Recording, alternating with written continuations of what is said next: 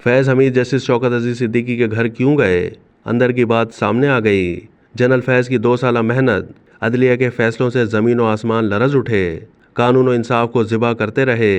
रहनुमा मुस्लिम लीग नून इरफान सिद्दीकी अपने कॉलम में लिखते हैं कि क्या गिलाज़त में लथपथ माहौसाल थे।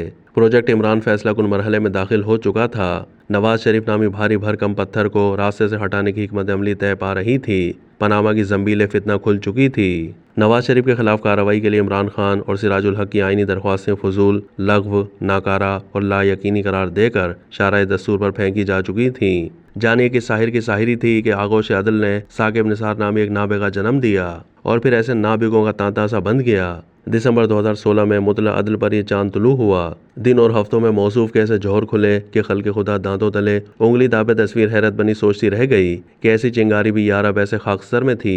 फिर तो चिंगारियों की फुलझड़ियां सी छूटने लगीं। साकिब निसार के बाद आसिफ सईद खोसा, खोसा के बाद गुलजार अहमद और गुलजार के बाद उमर अता बंदियाल। 31 दिसंबर 2016 से शुरू होने वाली आतिशबाजी 16 सितंबर 2023 तक अपनी रंगारंग रोशनियां बखेरती रही।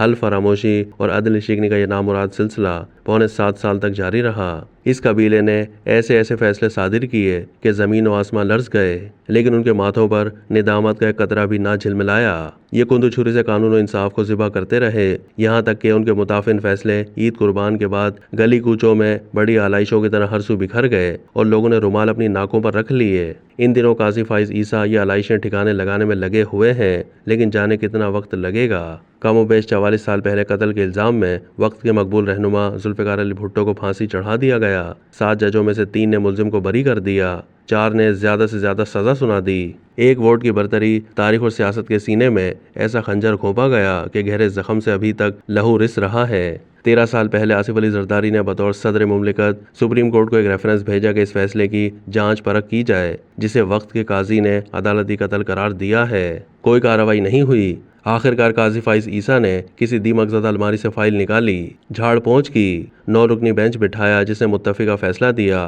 कि भुट्टो के मुकदमे की कार्रवाई मुनसिफाना नहीं थी और उन्हें आईनी और कानूनी तरीक़ेकार से महरूम रखा गया। 1979 के अवाइल में भुट्टो को सज़ा सुनाने वाले बेंच का कोई भी रुकन आज जिंदा नहीं है। वो जब तक जिए पेंशन और मुराद पाते रहे, गए तो उनके पसमानदगान फैजियाब होते रहे। 44 साल के बाद 9 रुकनी बेंच की राय का हासिल मसलूब हो जाने वाले के नवासे बिलावल भुट्टो की आंखों में झिलमिलाते आंसुओं के सिवा कुछ नहीं था। 6 साल पहले की बात है कि साकिब निसार मसनद अदल पर कोई मुकदमा सुन रहे थे कि अचानक बात हुकूमत वक्त की गलत बख्शियों की तरफ मुड़ गई। दास्तान आगे बढ़ी तो बात मोहतरम अताउल हक कासमी की तरफ जा निकली।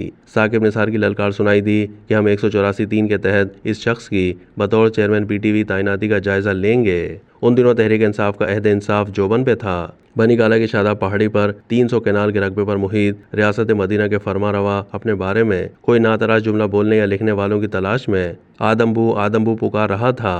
साकिब निसार ने आओ देखा न ताओ 184(3) के तहत सवाबदीदी इख्तियार की शमशीर बरहना लहराते हुए करार दिया कि कासमी की तकर्री पहले दिन से ही गलत थी। वो अपनी सारी तनख्वाहें और मुराद वापस कौमी खजाने में जमा कराएं। ये रकम 19 करोड़ 78 लाख रुपए बनती थी। वजीर इत्तलात परवेज रशीद, वजीर खजाना इसाक डार और वजीर आजम के प्रिंसिपल सेक्रेटरी फवाद हसन फवाद भी इस गुनाह कबीरा में मुलविस पाए गए। सो लाजिम ठहरा के तावान का कुछ हिस्सा वो भी भरें। मुतासिरीन ने नजरसानी की अपीलें दायर की। 5.25 बरस उनकी सुनवाई ना हुई। बिलाखिर आलाइश भी काजी फाइज ईसा की सरबराही में कायम एक सह रुकनी बेंच ने ठिकाने लगा दी।